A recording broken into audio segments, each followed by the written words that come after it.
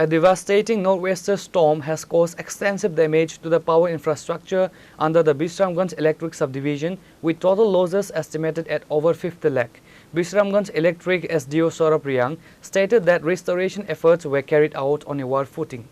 The damage report indicates that 189 electric poles uprooted or broken, 7 units transformers completely destroyed, and approximately 199.52 km of electrical conductors damaged.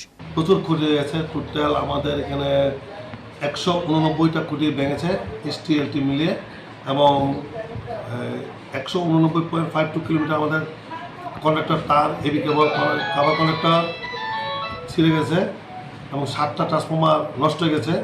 আমরা মোটামুটি সবই cover করে দিয়েছি যতগুলি ছিল। শুধু এখন আমাদের স্টাফ একদম রাত্রে 12টা, 1টা, 2টা, 2:30, 3টা অবধি কাজ করেছে। একদম মানে পরিশ্রম করে ওরা কাজ করেছে, ওদেরকেও ধন্যবাদ জানাই। এই কারণে আমরা উঠতে পেরেছি এবং এজেন্সির মাধ্যমে আমরা মোটামুটি করেছি।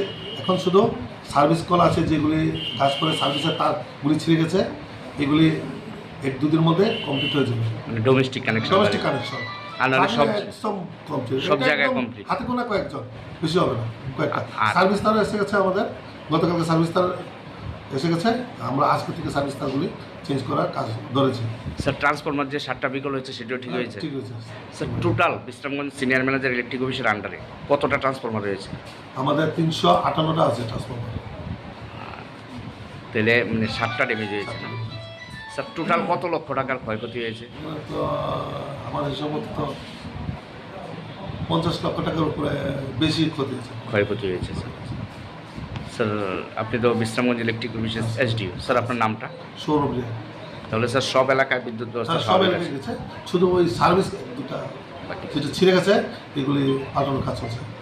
Reported by Jivan from Bishramganj, Chini, Khorang.